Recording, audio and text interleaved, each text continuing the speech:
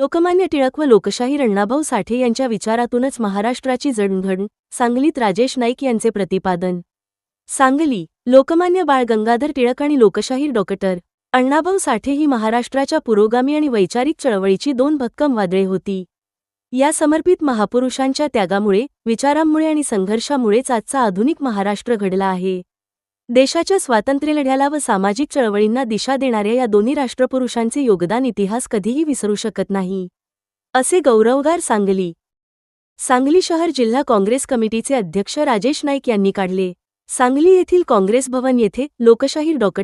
अण्णाभाऊ साठे यांची जयंती आणि लोकमान्य बाळ गंगाधर टिळक यांची पुण्यतिथी या संयुक्त कार्यक्रमाचे आयोजन करण्यात आले होते. या प्रसंगी प्रमुख वक्ता म्हणून ते बोलत होते. अण्णाभाऊंची लेखणी आणि टिळकांची सिंहगर्जना. अध्यक्ष राजेश नाईक यांनी आपल्या आक्रमक व अभ्यासपूर्ण भाषणात दोन्ही महापुरुषांच्या जीवनकार्याचा वेध घेतला.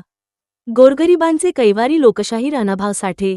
अण्णाभाऊ साठे यांनी केवळ साहित्यनिर्मिती केली नाही, तर आपल्या शाहिरीतून आणि लेखणीतून ग्रामीण भागातील शोषित, पीडित आणि कष्टकऱ्यांचे ज्वलत प्रश्न ऐरणीवर आणले. माझी माय मराठी आणि संयुक्त महाराष्ट्र यांचा धगधगता इतिहास त्यांनी आपल्या साहित्यातून जिवंत ठेवला.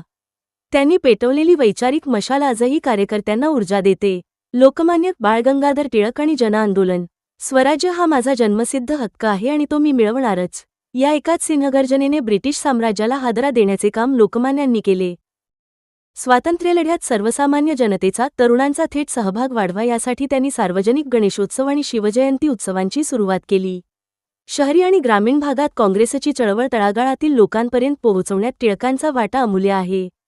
प्रतिमा पूजन आणि आदरांजली. कार्यक्रमाच्या प्रारंभी अध्यक्ष राजेश नाईक आणि सेवादलाचे कार्याध्यक्ष अनिल मोहिते यांच्या हस्ते लोकमान्य टिळक आणि लोकशाहीर अण्णाभाऊ साठे यांच्या प्रतिमेस पुष्पहार अर्पण करून भावपूर्ण आदरांजली वाहण्यात आली.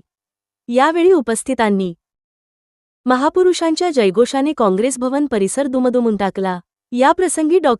प्रमोद इनामदार, पैगंबर शेख आणि अनिल मोहिते यांनीही आपल्या मनोगतातून या दोन्ही महापुरुषांच्या ज्वलत विचारांचे स्मरण करून आजच्या काळात त्यांच्या विचारांची गरज अधोरेखित केली.